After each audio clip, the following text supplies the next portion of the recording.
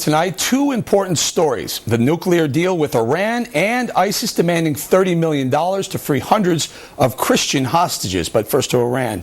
Congressional opposition to a nuke deal grows louder by the day, and the Obama administration is struggling to get Congress to butt out. Congress will have to vote to lift, ultimately, some of the sanctions which are congressionally mandated.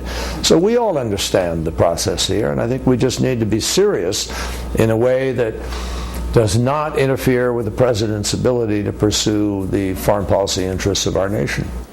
And some members of Congress don't exactly see it that way, with Senator John McCain even saying that Iran might be right over claims that the White House isn't telling the whole truth about the deal's terms.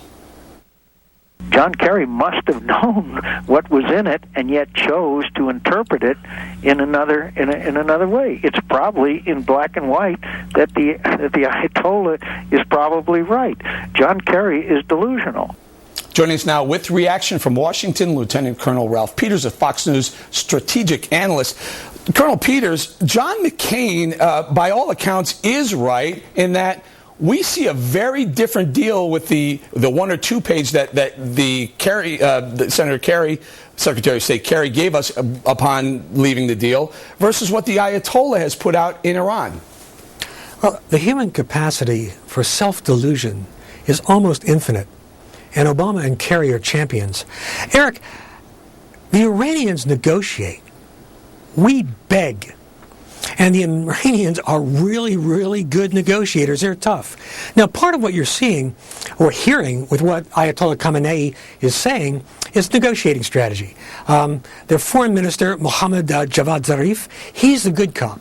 Ayatollah Khamenei is a bad cop. So the foreign minister can go back to Lausanne or wherever they hold the next round of talks and say to Kerry, gee, John, I'd like to help you out, but the Ayatollah says I can't do that. So that's part of it.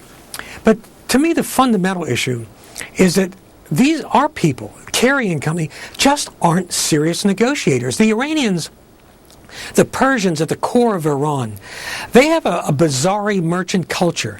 They are born hagglers. And, right. They look at Obama and they size up their customers.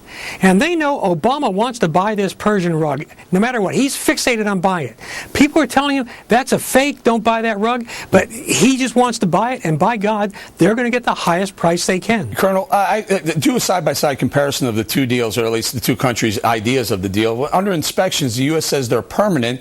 The Iranians say they're temporary. And this one right here, sanctions. The U.S. says the sanctions are phased in, where Iran says, the Ayatollah, Supreme Leader, says he's not doing a deal unless those sanctions are lifted before he signs it. I got to tell you, these deals aren't even close on paper. Well, I don't think the paper is very specific.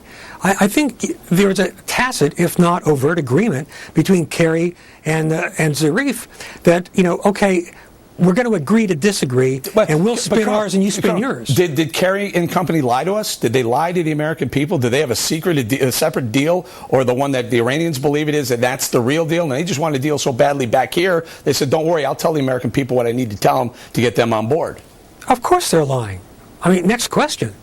Of course they're lying. Kerry lies, Obama lies, Secretary Clinton lied when she was Secretary of State.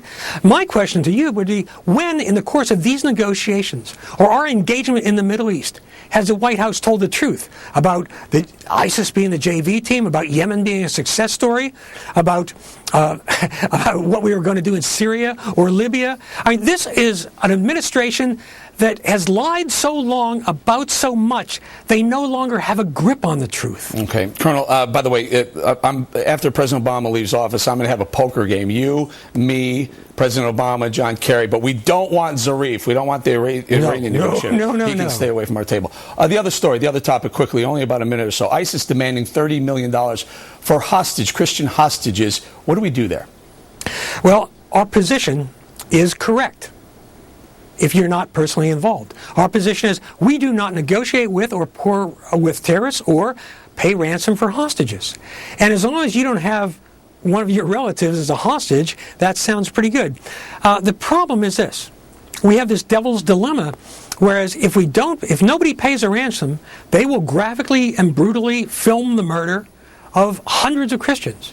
If somebody does pay a ransom, they will kidnap more Christians, and more Zahidis, and more Zoroastrians, and more Muslims who don't measure up. So in the short term, you got to take the pain.